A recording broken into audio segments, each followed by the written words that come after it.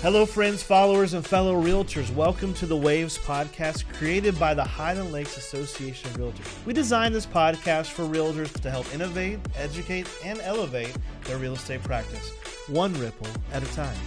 Our goal is to help navigate the waves of the industry and dive into local trends, topics, and beyond by interviewing experts that add value to our mission.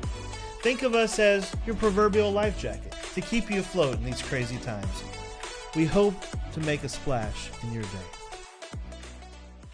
Well, welcome to the Waves podcast. I am Trey Berry with Coleman Team Realty, and I have the pleasure of being with David Rhodes, our current mayor of Marble Falls, and he is here today to discuss the new water treatment plant that has been on the docket for quite some time. And with that, I'm going to pass it on to David to go over this amazing project he's been working on for quite some time. Yeah. I mean, I know nothing about it, right? Yeah. Yeah. So anyway, no, it's great being here. Anytime we can talk about this, this become a passion of mine. I've been on this project now over 5 years, almost 6 by the time we purchased land somewhere in the COVID 2020, 2021 window. So we've been going at it that long, and it's amazing how long sometimes take between engineering, construction, drawings, and getting all that stuff figured out. Working TCEQ permitting, but what this is going to do and can do for our city is what the exciting part is. And so I just want to give a little background, maybe. Please. So the only real, and it's a wastewater treatment plant that we're doing. And some people think, well, that's kind of benign, and you'd like to think that it is, but it's very consequential. It's one of those things most people, when you use the water closet as they speak, no one thinks twice what happens after that. Well, it's quite a process. I've learned more than I really want to know, or than most people do about that. But the consequences of it are significant. And so way back when, almost 6 years ago, TCEQ, Texas Commission on Environmental Quality, when you reach a capacity at your existing plant, percentage capacity over a consistent window of time, you're put in a position that you automatically have to start a new plant or expand your existing plant, which means engineering, design, conceptuals, et cetera. They want to see you in the process. And so we had reached that point. And again, most people don't realize the plant that we had was built in 1953, 1954. It served us well. Wow. And it's been a lot of duct tape, Band-Aids, baling wire, expansions, et cetera. I think one of the large things, we really looked hard at expanding our existing plant, but most people don't want to know this. We almost lost it in the 2018 flood. We came within inches of that flood, of having a disaster. And so it cost a lot of extra money to rebuild that plant so that wouldn't happen again, or couldn't.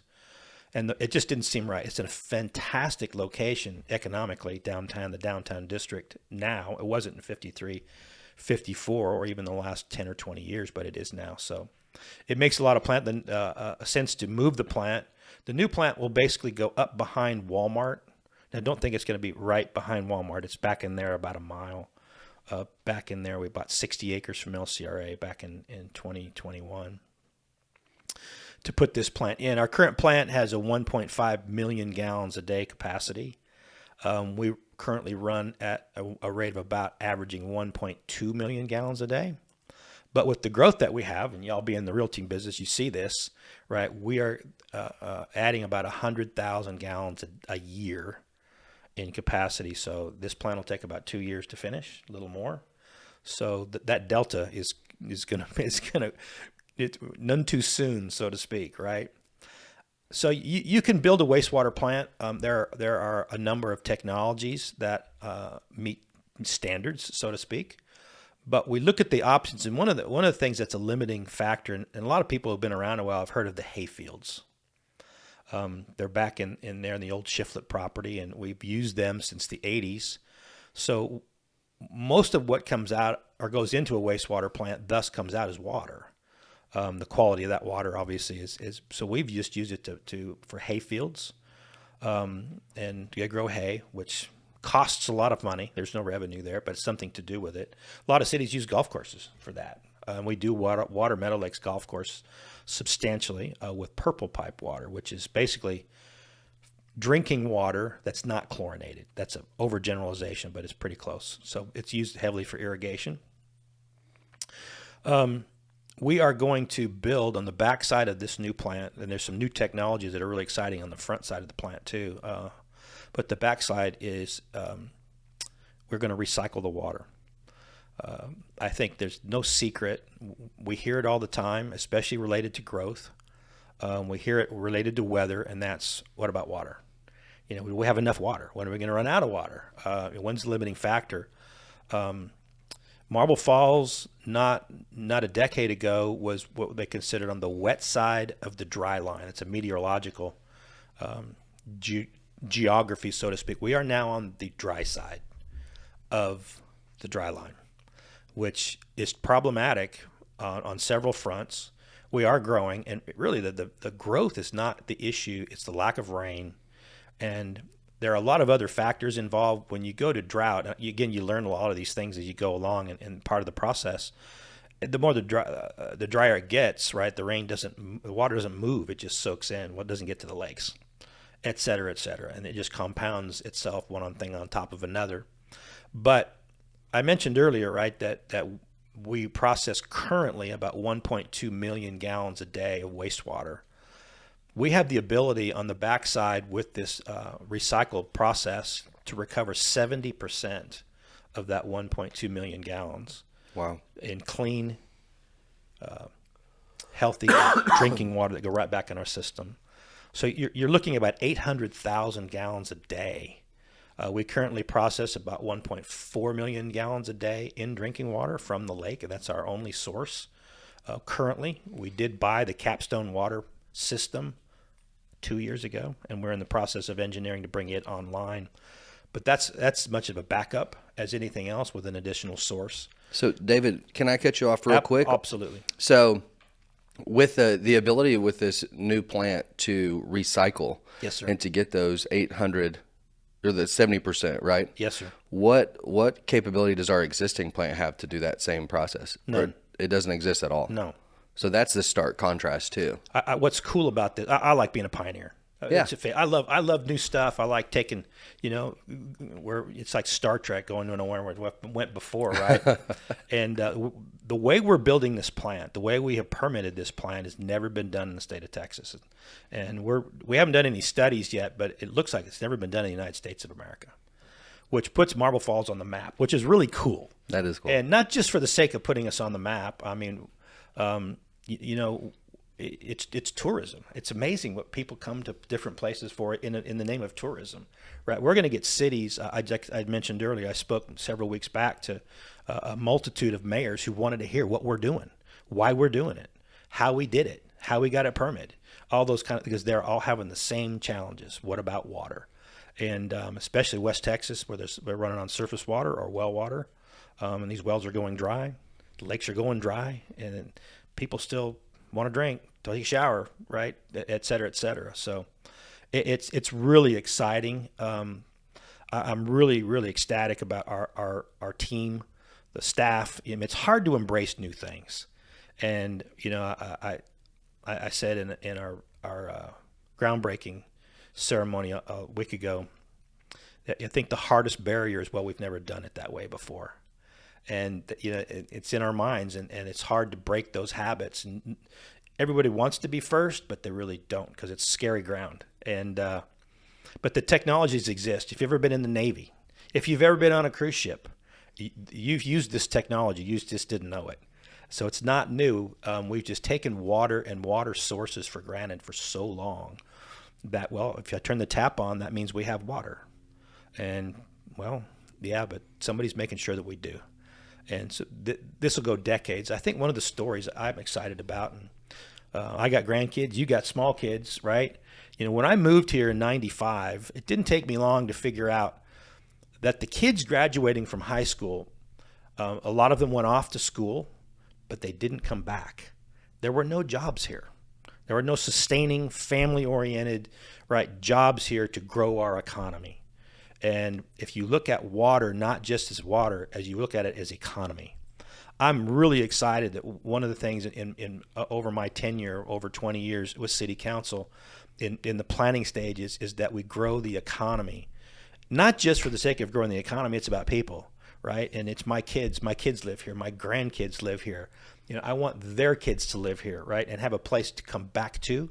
Or heaven knows, we might have a university close. They don't have to. I don't know. And that's kind of a secondary thought. But if you're going to grow the economy, you're going to grow people. And you got to have resources to do that. Roads to drive on, water to drink, air to breathe, and businesses to work at. And this is a big part of all that. You wouldn't think of wastewater plants, all that, but to me it is.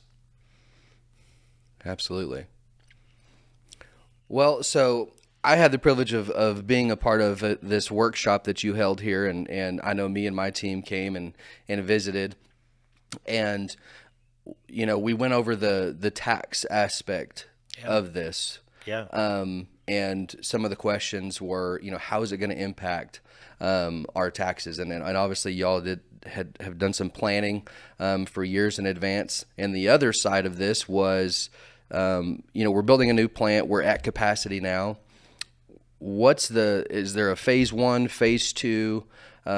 What does it look like for the future of this plant and the longevity of it? Good points. So I'll tack the second part first. The current plant has a 1.5 million gallon a day capacity. The new plant, it will be constructed at the end result to process 3 million gallons a day capacity. But we're building a lot of the larger infrastructure to easily expand to 4.5, and it could go to 6 million gallons a day with this technology. So wow. Technically, it could take us multiple decades into the future. We will start looking at a plant on the south side long before we hit those capacities. That's where the bulk of the growth is now. If you look to the north, right, we've got aggregate plants to the north. We've got, I keep wanting to say it's Huber. It's not Huber. Granite Mountain to the west, right? So we're literally on the county city line with Round Mountain on the south. So our only real way to grow now, and we're starting to see this from a development standpoint, is to the west. To the east. So 1431 and 71 going east will be the next growth corridors for Marble Falls. And obviously there's limits there.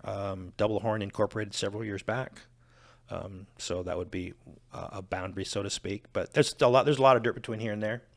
So this plant will allow us to go decades and decades, and it should, because it will take those bonds to pay for 20 years. So the economics of this, the direct impact. So you use the word tax, and it's a fair word, but it's important. People don't necessarily realize municipal accounting. I didn't when I first got on council many, many years ago, a couple decades ago, right? It's different. It's not cash or accrual. It's not what we're technically used to. It's not QuickBooks, those kind of things. So there are rules that we have, and they're set out by the state as a general rule. So one of the things that are separate is the utility side and the general fund side, right? The general fund pays our employees, it pays our payroll, it paves our streets, multiple departments, engineering departments, development services, et cetera, et cetera. And then there's utilities. That's water and wastewater, and there's plants, and then there's the infrastructure in the ground, and they take care of all that stuff. And so the fund balance, it's not a tax. Cities can't make a profit. So we can hold reserves, and for bonding purposes, bonding companies want to see reserves. That means we're doing a good job fiscally of spend and tax, right? Sure. But it's really a fee. So we have to understand what it costs us to process a gallon of water, what it costs us to process a gallon of wastewater, et cetera. And so your rates directly reflect that, plus debt. That's called INS, interest and sinking funds, which are done in bonds. Then people get twisted when government spends money via bonds, but if we were allowed to hold a bunch of cash, and I kind of cynically say this, well, if you allowed me to save up 20, 30, or $40 million over time, you'd be upset about that too, as something that's paying into. Why do you need all that money? Well, we either pay cash or you go with bonds, and bonds is the typical way to do this. One of the things exciting about this, so we saw when you're building a new wastewater plant in today's environment, everything got a little more expensive, or a lot, after COVID. Construction of all kinds. And not only that, but in the state of Texas, the growth rate all over the state. So you get engineering companies and construction companies that are doing and vying for all this work in water and wastewater expansion. There's not enough of them to go around. So let's just say they're making a healthy profit. So costs went up via that as well, of those things. So we were given some estimates by engineering, and those things kept changing because the models kept changing after COVID. And I should point out, the plant itself, the existing plant is back behind near Johnson Park. And if you've never seen it and been to Johnson Park, that's a good thing, right? It's right there. And that plant will go away when this plant is done, but the lift station, because everything runs downhill, right? And that's the downhill part. So it'll be a lift station to push almost 3 miles back up behind Walmart to the new wastewater plant. So we call that conveyance. So it'll be a large lift station, some big boaters, 30-inch pipe down in the ground that will run all the way there. That's all been taken care of. So all that built into the soup is about over $80 million. That's a lot of money. Hopefully it's the biggest project we ever have to do in Marble Falls. But we saw that the impact of that, if we just went into this and just like right now, we just cut ground, we've hired contractors, and et cetera, and just dumped the bill on folks, it would be just dramatic change. So we phased in over a couple years. We looked at what the bill would be, your water bill, when all the bonds had been purchased or spent, so to speak, or what that bill would be. So that people are already paying that bill and have been paying. The other good thing happened, even though we didn't spend the money up front. I hate paying for what I call soft costs with debt, engineering fees, processing fees, permit fees. It's all soft costs, and it just, those things need to, in my world, they need to be paid for in cash, and it allowed us to do a lot of that.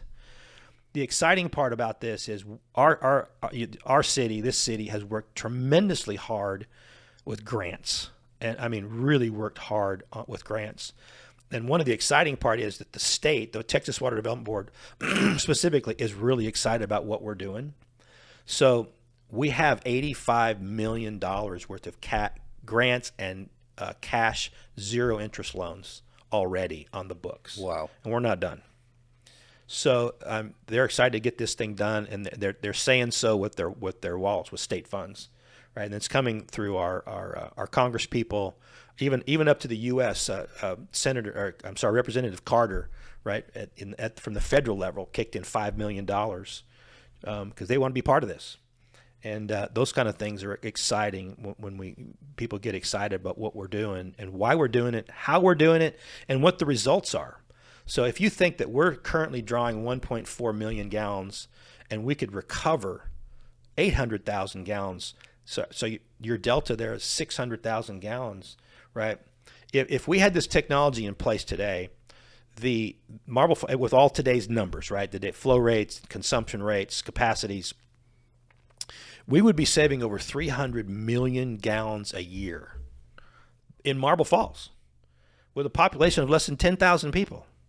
Right, so you start extrapolating that out over smaller cities and bigger cities and looking at that, this technology and this way of going about things and getting a standard basic wastewater plant and turning it into something else, which to me is economy, it could change the state of Texas, and I believe it will. And possibly the nation. And it very well could, especially in the Southwest, right? Or let's just call it west of the Mississippi River, where things are much drier, generally tend to be. There's obviously some different spots, Washington State and Oregon, right there. They're kind of rainy up there, but not the eastern side of the state. One of the places that did a DPR, they did it completely different, is eastern Colorado. You don't think about it. They're out of water, and they have to figure things out. There are multiple ways to do direct potable resource, which is the accurate name for the recycling system that we're putting in. There's EFR, there's IFR, and all of them are very expensive, far more expensive than DPR. DPR is direct potable reuse. And our council, we looked, and I studied and studied and studied. Said the only reason that you would do different than DPR is because you were afraid to face the taxpayer, the citizen, and say, this is important. This is how we do it. This is what you need to learn what this is about or the consequences therein. And if you really want me to spend another $20 million just because it's politically better and correct, then you can tell me that. But I couldn't do that. It's the technology's there, and we're going for it. That's exciting. Well, thank you for all that information. That's great. That's great. No, it is. And you've been ingrained into this project for so long. And, as realtors, I think it's very important for us to know what's going on, especially within our community where we do life and help people come into the community. And water is an issue everywhere. I mean, there's other municipalities that I work in that aren't too far from here that are having issues with water. They're having to borrow water from other municipalities just to finish projects that are already on the books. And so to know that Marble Falls and you and your team have taken the measures to pioneer this and to be forward thinking is very exciting. So thank you for all your work. You're welcome. One thing I think we haven't really touched on, and maybe we have in side conversations, but what's the timeline? So we've broken ground in the last week? So what's the timeline there? We had a groundbreaking ceremony finally on Monday, May the 5th. The first contractor to do site work will be on board, which is a local contractor. I think that's important. We're going to spend a lot of money. Let's spend as much as we can locally to do the site work, to hook in some pipes that need to be hooked in currently. We got to have water to do work, right? So we got a little pipeline going on over there. So you're probably looking at 24 to 30 months to get this done. I wish it could be faster. I cried and screamed and barked and whined and whatever. Why is it going to take this long, right? We did this, but there's a lot of disciplines to get this plant done, and it's not just hooking a bunch of pipes together. Once you get it done, we're probably going to run for between 3-4 months to get TCEQ permitting once it's running. It's interesting. You would think that a wastewater plant is a wastewater plant. That's not true. I've learned so many things. Every community has its own little chemistry, which is really odd. And it doesn't have to do with the people, but the diets of people, the water you drink, the earth, the type of earth that we live in, because we breathe it. It goes into our water system. The wastewater plants have to deal with all that stuff. And so the chemistry has to be analyzed, and you do that before you build the plant to understand the processes, both chemically and through filtration, of how you build the plant. And then so that also has to do with when you put the DPR plant on the backside, this chemistry has to match up with that chemistry, has to match up with this chemistry so that you get the right product on the backside. And I thought, well, poop is poop. So what's the big deal? But that's not the way it works. I had a real fun, my daughter teaches science at the middle school, and they were talking about water and conservation and all these kind of, so she brought me in for a day to talk to 7th graders all day. And, she gave them a little test at the end. It was kind of fun. And I gave them, the thumbnail of all this was going on. And people don't realize back in 2020 and 2021, when the U.S. government was wanting to understand where were we as a nation with COVID? Were we getting past it? Did we have immunity yet? Did we have herd immunity? They tested the wastewater. Molecularly, how much COVID's in here? Then you extrapolate, right, parts per million by how many people, et cetera, and it kept changing. So I did kind of stretch the truth a little bit. I was talking to middle school kids who really didn't care about water and wastewater, right? So, but they were interested in that, right? They got into. I said, well, so when you consume something you probably not should consume, we know it. And then their eyes got about this big, and I really stretched it after that, because I got them, and I said, well, there's technologies coming. We're going to have to find out where it came from. Ooh, they're like, yeah. Great. I did stretch the truth quite a bit there, but it was fun anyway. But that's true about COVID, how we tested COVID and in the wastewater. And people, I get that question a lot on a technical standpoint. Narcotics, pharmaceuticals, pathogens, viruses. How do you handle that stuff? And this is the way cool technology that we're using. Most DPR facilities use IFR or EFR they put the water back into the ground. Either they put it in a lake, right, and it filters itself through with the sun and rain and whatever, or they put it down into the ground and let it filter through the soil or the sand. It has to be the right geology to do this. And then they pick the right geology where there's a cave that's connected far enough away, then they draw it out. And it's filtered by the earth, which is a great technology, but it's really expensive. I mean, really expensive. And then they have to put it through the same plant we're going to build anyway. I'm like, so why would I do this if we're going to do that? And this does the same as that. And this is going to cost me $20 million more, but this doesn't make sense.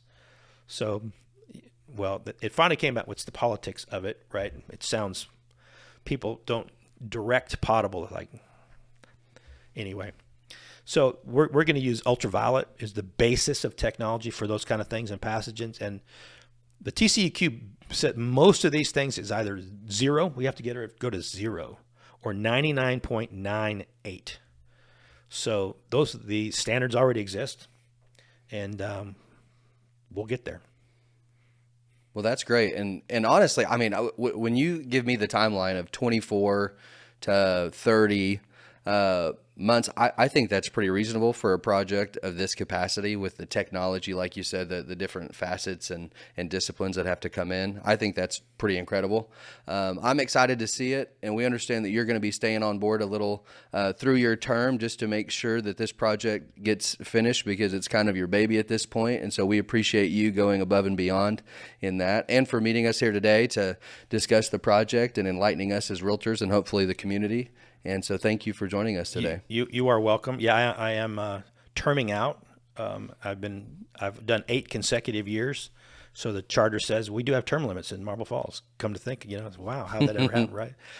But no, I'm staying on at the behest of incoming Mayor John. It's been kind of my baby. It's well enough on the tracks, right? A lot of the major stuff, it's on the tracks. But like I said, this is become one of my children, right?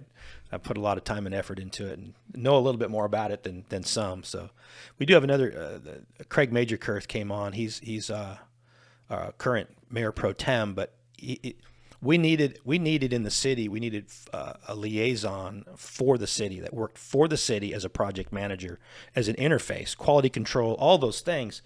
And it was funny because I've known Craig for quite some time. And I kind of knew a little bit of his background, but my wife knows Craig better.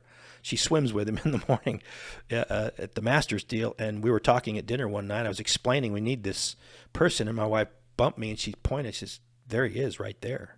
Army Corps of Engineers, the whole smash. And he's right in our, and who better to have someone that lives here, pays taxes here, pays utility rates here. He's lived here all his life. And he's beyond. And so he's kind of, I can't hand it off. I just can't do it, right? But he's a real champion for the project for sure. So I'm really happy to have him on board as well. That's great. Well, David, thank you, sir. We appreciate you. The pleasure was mine, all mine. Thank you for having me, and I hope this gives you guys some insights of what we're doing. It does. Thank you. Cool.